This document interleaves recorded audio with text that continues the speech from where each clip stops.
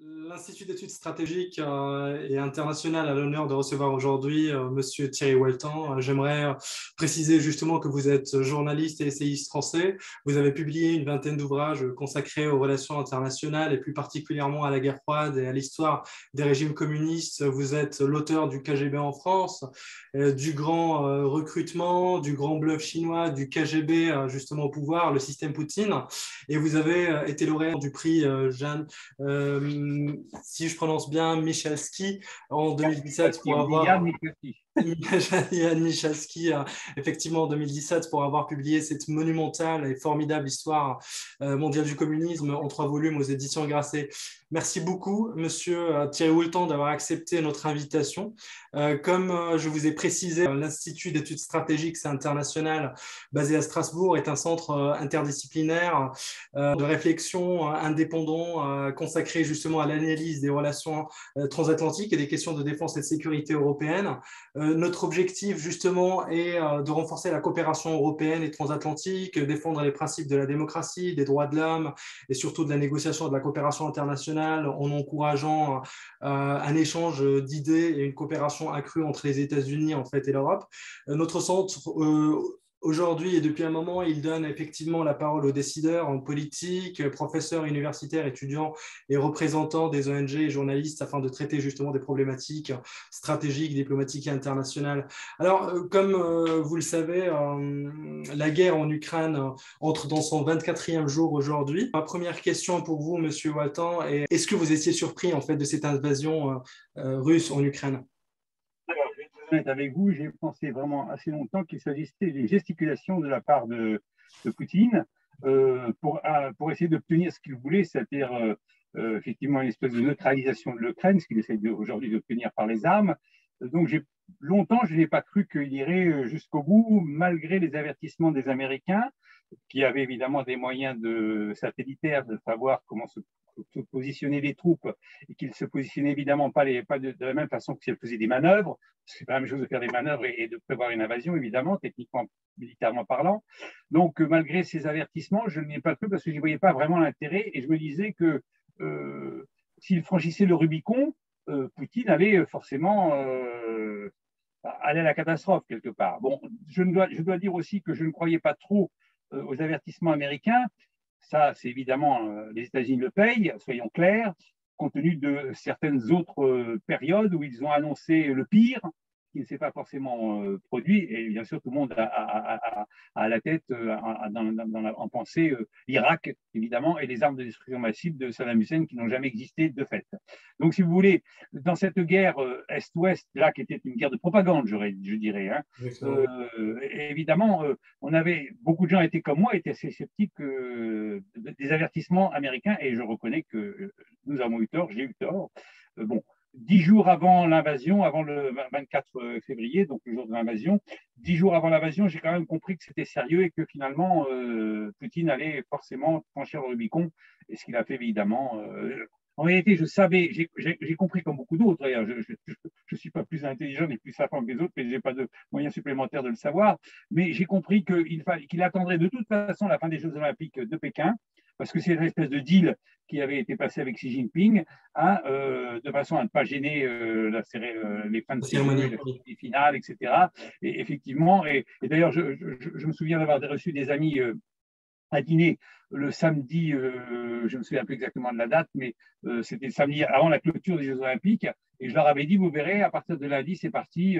Bon, il n'a pas attendu, ça n'a pas été lundi, c'était jeudi. Enfin bon, voilà. Donc, disons que 10 jours avant, je me doutais bien qu'il allait envahir l'Ukraine. D'accord, merci beaucoup. Alors, comme vous le savez, en fait, la hantise de Poutine est que son grand voisin du Sud, l'Ukraine, la nation slave sœur russophone que milliards rattachent à la Russie, se coule avec succès dans le moule démocratique à l'occidental. Et aujourd'hui, en fait, beaucoup de débats télévisés, comme C'est dans l'air, comme par exemple l'actualité, et justement beaucoup de journaux, et également Le Monde, Le Figaro, nous parlent d'une guerre russo-ukrainienne, et pas que Le Monde et Le Figaro, mais le New York Times. Ils parlent effectivement d'une guerre russo-ukrainienne. On n'est pas plutôt en train d'assister aujourd'hui à une guerre russo-atlantique? Alors, je ne suis pas d'accord avec ça, justement. Vous voyez, je suis plutôt partisan de la guerre russo-ukrainienne pour une raison simple qui va vous paraître peut-être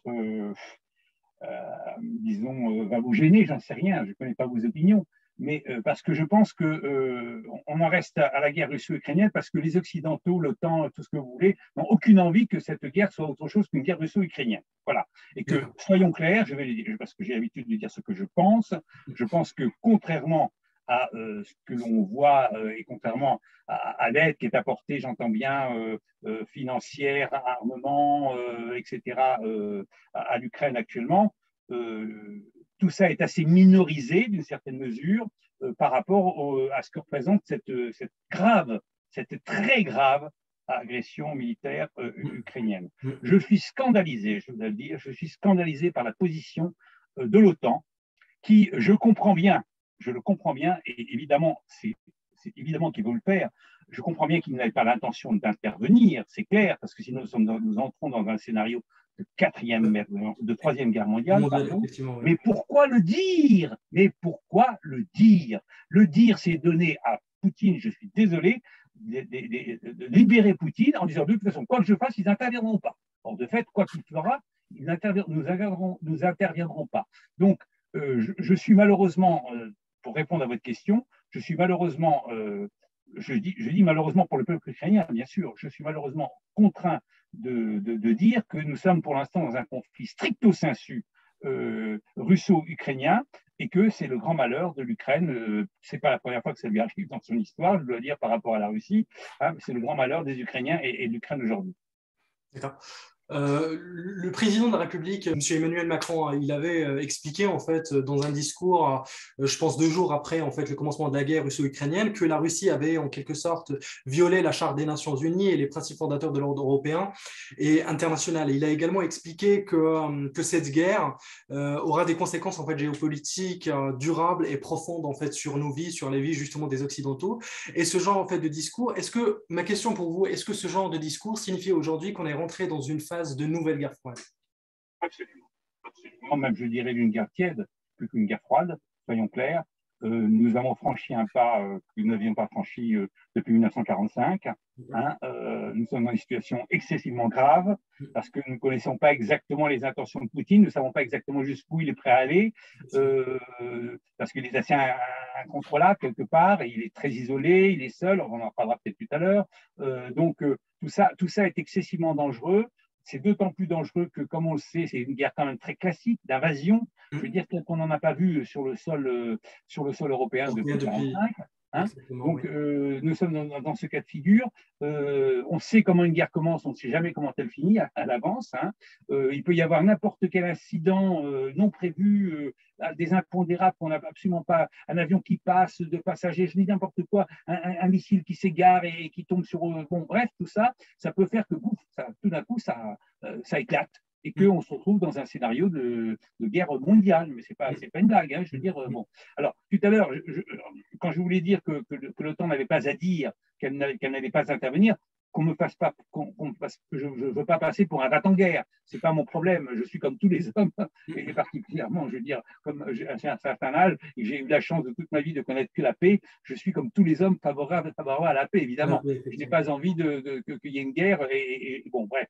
Donc, oui, tout à fait. Mais nous sommes incontestablement passés dans une autre dimension dont personne ne connaît l'issue, parce que, et donc, disons que nous avons mangé notre pain blanc de paix, en Europe, j'entends, parce que la guerre n'a jamais cessé dans le reste du monde, comme vous le savez, depuis 1945, entre la guerre de Corée et d'autres conflits qui ont eu lieu, on n'a jamais connu la paix, il n'y a jamais eu un jour de paix dans le monde depuis la fin de la Seconde Guerre mondiale. Mais quand même, en Europe, c'était le cas, et donc nous sommes dans un moment extraordinairement gravissime, extrêmément préoccupant, et qui peut à tout moment, alors on ne s'en rend pas compte parce que nous sommes en dehors de tout ça, nous autres, enfin, par rapport à les Français, même les Européens, ceux qui sont plus proches, les Polonais, et les Lituaniens et les Roumains et autres, sont plus... sont plus alertés en fait que nous, oui, tout à fait. Ils sont plus anxieux, si je puis dire. Exactement. Nous, on n'est pas anxieux.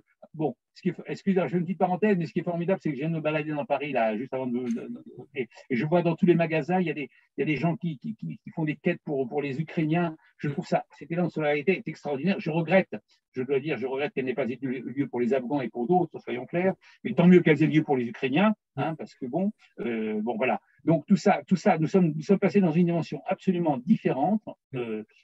Géostratégique, politique, humanitaire, économique, bien sûr. Et donc, l'avenir est très, très, très incertain. Exactement. Zbigniew Brzezinski, le conseiller de la sécurité nationale justement sous Carter, Bill Clinton, et qui était effectivement aussi le conseiller de la sécurité nationale d'Obama, il avait écrit en fait dans son livre Le Grand Échiquier que la Russie sans l'Ukraine n'est qu'un État et que la Russie avec l'Ukraine est un empire. Si Poutine, et je dis si Poutine réussit en fait à prendre l'Ukraine ou peut-être, je ne sais pas, que cet échauffe et qu'il prend la Moldavie ou la Finlande et qu'il attaque la Finlande, on parle là des États souverains, est-ce que ce conflit pourra-t-il s'éteindre en Europe?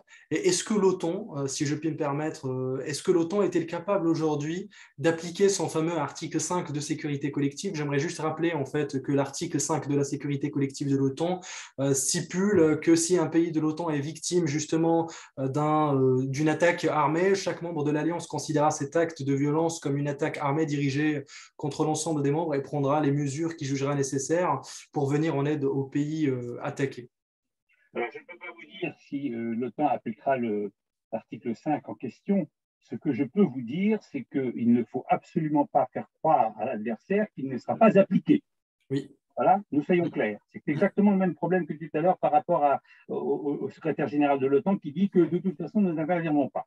Donc, si jamais il y a quelques dirigeants que ce soit de l'OTAN, d'un pays membre de l'OTAN, qui dit de toute façon, on ne va pas aller se battre pour Riga ou pour Tallinn ou pour Bucarest ou pour Chisinau ou pour autre capitale de l'Est européen, hein, ça serait, à mon avis, une traîtrise extraordinaire au vrai sens du terme. Hein, et cet homme devrait être arrêté et en tout cas embastillé, comme on dit. Hein. Donc, alors, je souhaite évidemment, je ne vous cache pas, je souhaite évidemment que cet article 5 soit respecté si jamais il y avait lieu de l'activer. Nous croisons les doigts, excusez-moi, pour qu'on n'ait pas besoin de l'activer, n'est-ce pas?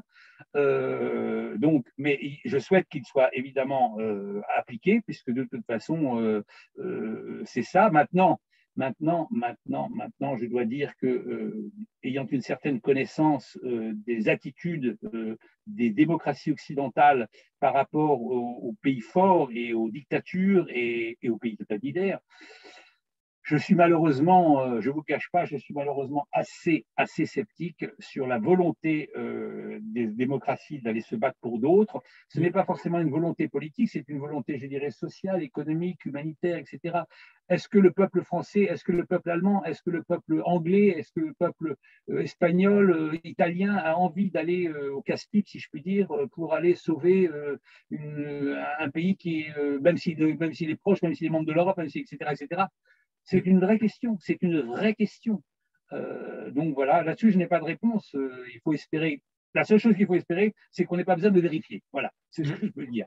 Hein. Donc, restons dans le flou et surtout, disons-nous et répétons et que l'OTAN le dise, si jamais ça se passait, nous appliquerions l'article 5, ce qui quand même refroidirait, j'espère, les ardeurs de Poutine. D'accord. Vous savez, au Parlement européen, il y a eu effectivement des discussions sur une éventuelle adhésion de l'Ukraine au sein de l'Union européenne. Et en cas en fait de l'admission d'Ukraine à l'Europe, Kiev en 2022 sera-t-elle un nouveau Berlin en fait divisé en deux? Je dis ça pourquoi? Parce que quand on voit justement le conflit aujourd'hui, on voit qu'il y a les forces Wagner, il y a les Russes, il y a les Tchétchènes, il y a des volontaires européens qui sont partis se battre également, il y a les nationalistes ukrainiens, il y a les Russes, donc c'est une catastrophe dans la région. Donc je vous dis ça parce que peut-être qu'il y aura justement un Kiev en fait 2022 s'il n'y a pas de solution politique entre les autorités européennes. Alors vous avez raison, parce que je pense que ce qui est à craindre, c'est un scénario minimal, si je puis dire, mais qui sera quand même excessivement catastrophique pour les Ukrainiens et évidemment pour le reste de l'Europe aussi. Ce scénario minimal, ça serait que de toute façon, Poutine n'a plus les moyens d'envahir toute l'Ukraine comme il avait l'intention de le faire, tant mieux pour les Ukrainiens d'une certaine mesure, mais qu'il choisira d'envahir une partie de l'Ukraine, disons jusqu'au Dniepr, par exemple, hein, voilà. Donc une partie orientale de l'Ukraine, et qui s'arrête là, si je puis dire, et qu'il est en position, pas forcément de force, mais en tout cas en disant, voilà, je suis là. Alors, ça ne veut pas dire que les Ukrainiens se laisseront faire, ça ne veut pas dire qu'il n'y aura pas de résistance derrière ces lignes, ça ne veut pas dire que, etc., mais il y aura peut-être à ce moment-là, c'est à craindre, hein, en vérité, ça ne prend pas ce chemin-là, mais c'est aussi un scénario qu'il est possible d'envisager. Il peut y avoir à ce moment-là une espèce de volonté générale occidentale de dire bon allez ça suffit, si ça continue ça devient de plus en plus catastrophique parce que les sanctions sont catastrophiques pour la Russie mais elles sont aussi catastrophiques pour nous, hein. Le balancier il va revenir compte tenu des liens, compte tenu des dépendances énergétiques, etc. Donc il se peut, encore une fois ce n'est qu'une hypothèse, il se peut que les Occidentaux se contentent de cette semi-défaite, parce que ça sera quand même une semi-défaite pour Poutine, compte tenu de ses ambitions primaires, et de cette semi-victoire, si je puis dire, pour les Ukrainiens, et que effectivement, là, on en vient à votre scénario, et donc nous avons une partition de l'Ukraine, un bon tiers oriental qui serait sous dépendance russe, et puis les deux autres tiers qui seraient sous dépendance, enfin, qui resterait ce qu'elle est aujourd'hui. Bon. Et effectivement, là, nous aurions un espèce de no man's land, un espèce de division type Corée du Nord et Corée du Sud, si je puis dire. Oui, la Chine aussi également qui pourrait intervenir également. Oui, bien sûr. Et encore discrète sur la question. Oui, la Chine, c'est un autre problème parce que la position de la Chine est assez compliquée dans une certaine mesure. Ça ne veut pas dire, soyons clairs, si vous m'amenez sur ce terrain-là, il est évident que la Chine se régale de la situation. Quand elle dit nous sommes pour la paix, etc., mon œil, hein, c'est pas vrai du tout. Donc elle se régale de la situation parce que d'abord elle permet de voir quelles sont les réactions possibles des Occidentaux par rapport à une action militaire. Hein. Donc c'est un bon test pour elle par rapport à Taïwan, bien sûr. Hein. Elle se régale parce que les Occidentaux ont le nez sur ce conflit et donc ne voit pas éventuellement d'autres choses qui peuvent se passer et on oublie les Ouïghours et compagnie, si je puis dire, hein, parce qu'on ne peut pas, voilà. Et se régale aussi parce que s'il y a une fixation sur l'Ukraine, c'est autant de forces OTAN et occidentales qui sont fixées sur cette fixation et qui ne seront pas disponibles pour éventuellement une agression chinoise sur Taïwan. Vous savez, il y a une théorie qui date depuis très longtemps, c'est que les Occidentaux n'ont pas la capacité de mener deux guerres à la fois, de front. Hein. On peut mener éventuellement une guerre ennemie, et encore, mais deux guerres de front, ce n'est pas possible. Donc, admettons que nous ayons une guerre sur le front qui dure, sur le front ukrainien, si je puis dire, ça mobilise un certain nombre de forces occidentales, même si les grandes forces américaines sont au Pacifique, j'entends bien, hein, mais ça mobilise quand même de l'attention, etc., qui permet quand même de laisser une certaine liberté, une plus grande liberté, en tout cas du côté des Chinois. Bon, alors qu'il est, les Chinois n'ont aucun, à mon avis, n'ont aucun véritable intérêt à se montrer trop proches. Enfin, ils sont très proches idéologiquement, ils sont prêts à l'aider, mais en tout cas à apporter de l'aide concrète aux Russes, et je pense que les avertissements des Américains est bienvenu, si je puis dire. Ça vient, il y a eu la rencontre entre le conseiller américain à la sécurité et le personnage du comité central en charge des affaires étrangères, là, il y a 2 jours, hein, où ça a duré 8 heures, donc en 8 heures, on a le temps de s'en dire des choses, hein, je veux dire, parce que dans 8 heures, ça veut dire qu'ils ont parlé 8 heures, ça veut dire parce qu'il n'y a pas le temps de la traduction, parce que la traduction est simultanée, c'est ce que je veux dire. Hein. 8 heures de discussion, ça veut dire qu'on va au fond des choses, et que alors on s'engueule, bon, bref. Ouais, effectivement. C'est important. Bon, il y a une coup de téléphone, où je ne sais pas quand est-ce qu'il a eu, il a peut-être eu aujourd'hui, je ne sais pas exactement, entre Biden et Xi Jinping. Donc tout ça, ce sont des choses qui quand même freinent un peu les ardeurs de Pékin. Et font le malheur de Poutine, qui espère sans aucun doute parce que Poutine est dans une position militaire excessivement difficile. Il a utilisé beaucoup de ses capacités, d'armement, j'entends bien, hein, de missiles, etc. Il n'en a pas des tonnes, il en a beaucoup, mais il n'en a pas des tonnes. Donc il a besoin évidemment de trouver des sources militaires, et il comptait beaucoup sur la Chine qui lui passerait d'armement. Apparemment, à mon avis, je crois il y a peut-être des filières secrètes, mais c'est compliqué de nos jours, les filières secrètes avec les satellites qui surveillent, etc.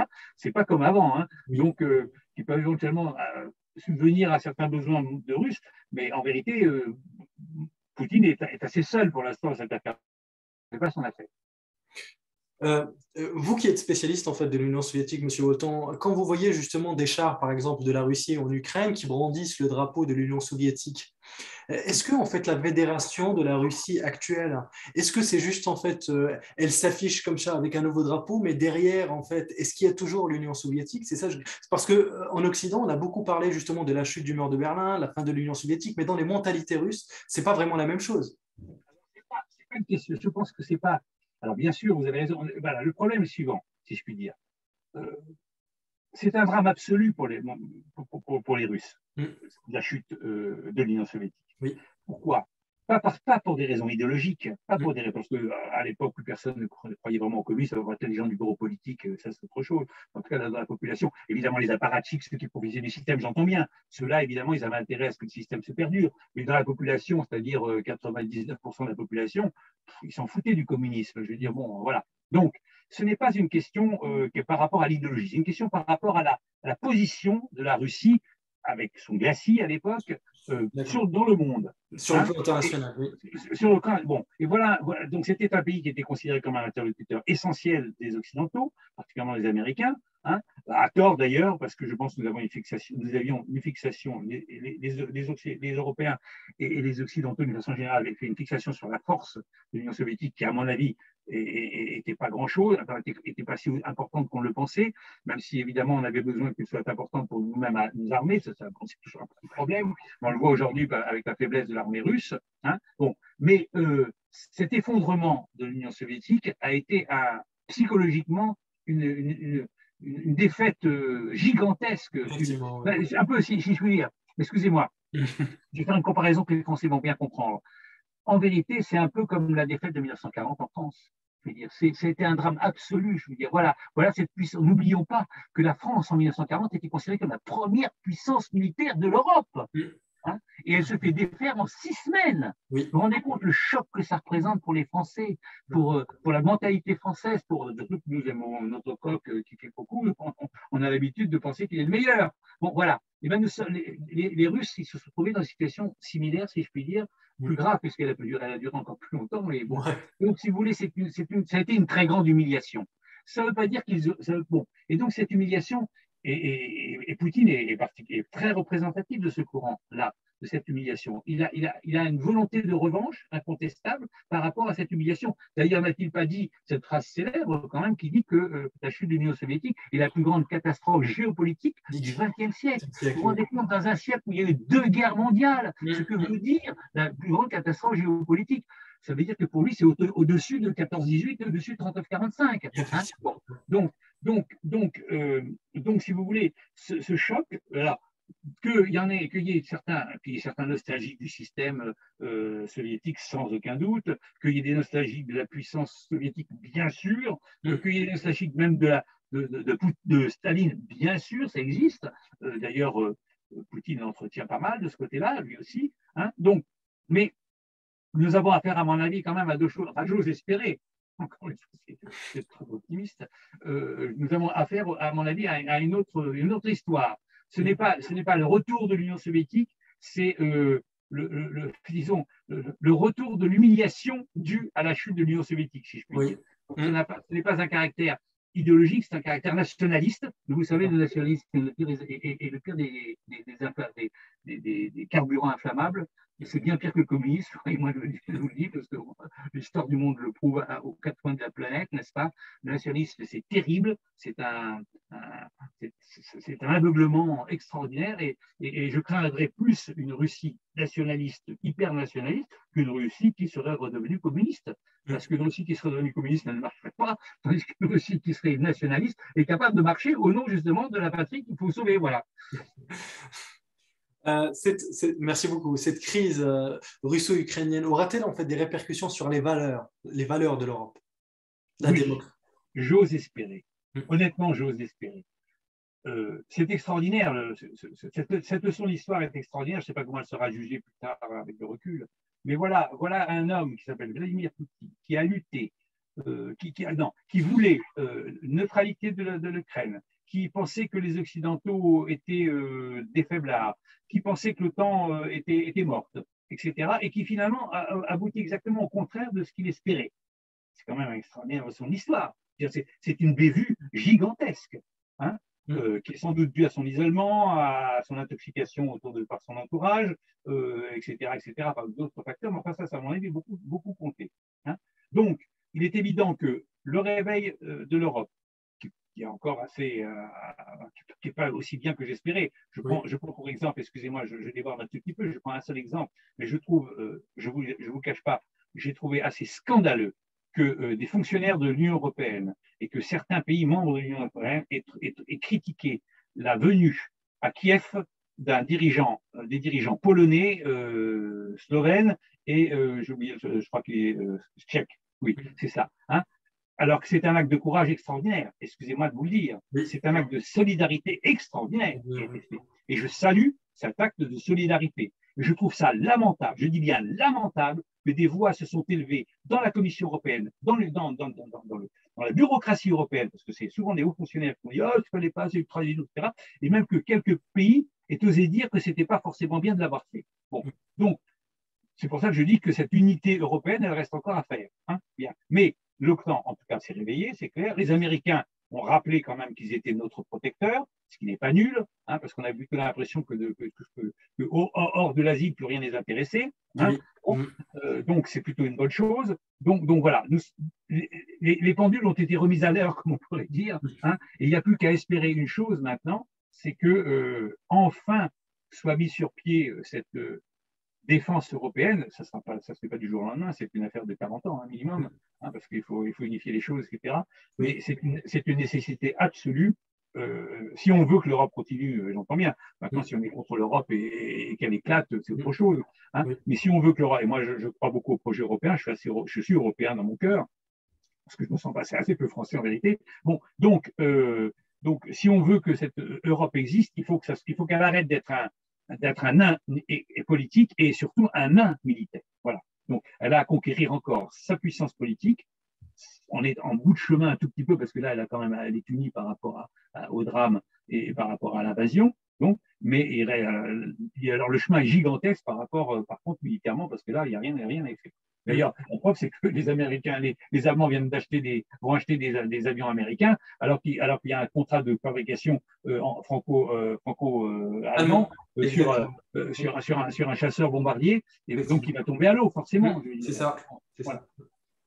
L'objectif de notre sens, comme je vous ai précisé, c'est de donner effectivement la parole à des décideurs, hommes politiques, professeurs universitaires, étudiants et représentants des ONG, journalistes, afin de traiter des problématiques stratégiques, diplomatiques et internationales, et surtout de proposer en fait des options, solutions politiques susceptibles d'aider les décideurs politiques européens à trouver une nouvelle voie de dialogue pour maintenir la paix et la sécurité en Europe.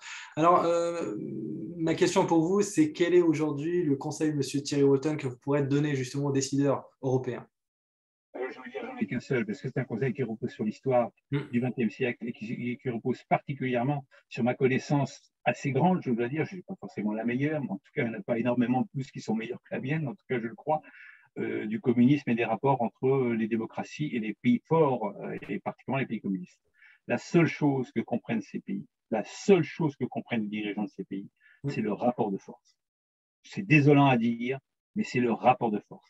Si nous n'avons pas un rapport de force avec eux, ça ne veut pas dire de leur rentrer dedans, j'entends bien, hein, je veux dire, ça ne veut pas dire de leur déclarer la guerre, mais si on n'est pas ferme, mais excessivement ferme vis-à-vis de leurs prétentions, comme actuellement vis-à-vis de Poutine, même si c'est pas un rapport, parce que c'est un régime dictatorial, ce que je dis est valable surtout vis-à-vis de toutes les autres dictatures. Si on veut que la démocratie perdure, il faut non seulement qu'elle soit exemplaire, elle ne l'est malheureusement pas toujours. Les Américains l'ont montré avec Guantanamo, excusez-moi, qui est quand même un considérable tâche sur la morale des libertés et de la démocratie. Guantanamo est une horreur absolue. Hein. Moi, en tout cas, je le pense fondamentalement. Donc, il faut que les démocraties soient exemplaires et que les démocraties soient fermes sur leurs principes et qu'elles soient fermes par rapport à l'adversaire, à ceux qui sont contre la démocratie, parce que, comme disait Churchill, c'est le pire des systèmes à l'exception de tous les autres. Bon, donc j'espère qu'il y en aura un autre meilleur un jour, mais bon, pour l'instant, on n'en connaît pas d'autres. Donc voilà.